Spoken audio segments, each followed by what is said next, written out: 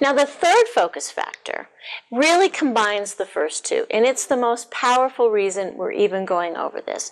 The third focus factor, I learned the hard way. Years ago, I thought it would be really fun to do skydiving. Now, I did a static line jump, which means there is a strap connected from your chute to the plane. You have no free fall. You don't have to pull anything. Took the lessons. They told us that when you get out of the plane, you step out, the jump instructor will give the signal, and when he gives a signal, you jump off the strut, arch your back so the chute can open, the strap can open the chute. Then you're fine.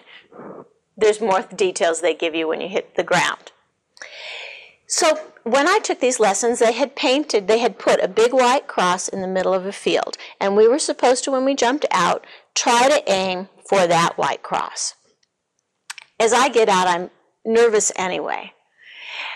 I see that there's a sign over the door of the airplane that I notice on my exit. I hadn't seen it before. And it says, Lloyd's of London no longer insures parachutists.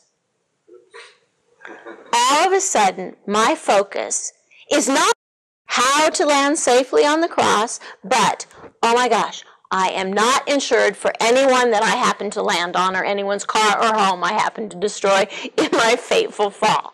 So my focus inadvertently is changed to danger. I don't know that because I'm focused on how scared I am anyway. I step out of the plane, step on the strut. The jump instructor gives me the sign because we're over the white cross. I am holding on.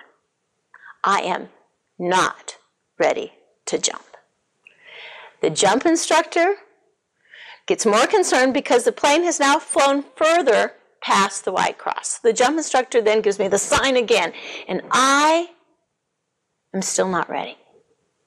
I'm actually wondering if the pilot can land the plane with me hanging on to the wing. Then I realized that really wasn't an option. The third time, the jump instructor, we're now so far away from the white cross, we're not even in the same field.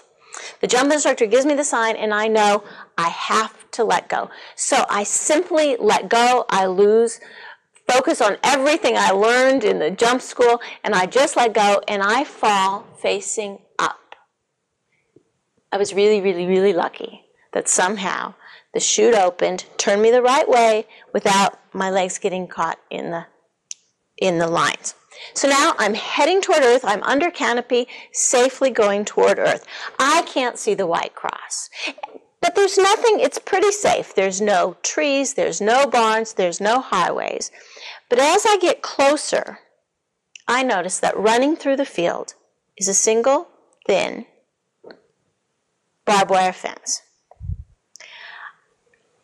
I hadn't remembered, I didn't know this rule that don't doesn't work, so I kept repeating, don't hit the fence, don't hit the fence, don't hit the fence, and I'm focused only on that fence so I can avoid it. I know how bad it would feel if I happened to hit the barbed wire fence. So you can imagine what happens. From 3,000 feet, with unbelievable accuracy, I landed absolutely on the barbed wire fence. So I field tested, literally, field tested the third focus factor, which is this.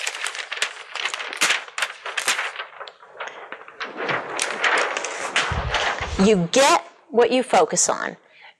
We move toward the items of our focus. This is so important because we can only focus on one thing at a time, because we better not be focusing on what we don't want, because we will get it. Now, I would have been better off had I, even though I couldn't see the white cross, if I noticed the barbed wire fence, but instead of focusing on what I don't want so I could avoid it, if I had given myself a new goal. There's the fence. The grass over here is soft. I think I will try to land on the soft grass. So, 3 practical applications for these stories for your work and for your life. There's many more practical applications, but we'll just give you 3 to start with. First, as you can imagine, always be clear about the goal. It's amazing how many times in life and in work we're clear about what I call the anti-goal, of what will happen if we don't reach our objective, of how it will feel to hit the barbed wire fence. So it's most important to be clear. What is it you want at every step of the way and at the end? Not what is it that will happen if you don't get it. Always be clear of the goal, number one. Now, once you're clear, the second practical application for us today is to focus on the goal, not the problems and the obstacles. So it's more important to say, how can I reach the goal? What will it take to get to the goal? What will it feel like if I reach the goal? Rather than why I can't, what are the obstacles, what are the problems, what are the issues? That's like me saying, what are the barbed wire fences, what are the other problems? Even though they're real, the problems, issues, the fences, it doesn't help you to focus on them. Rather, focus on the goal. So focus on the goal, not the problems.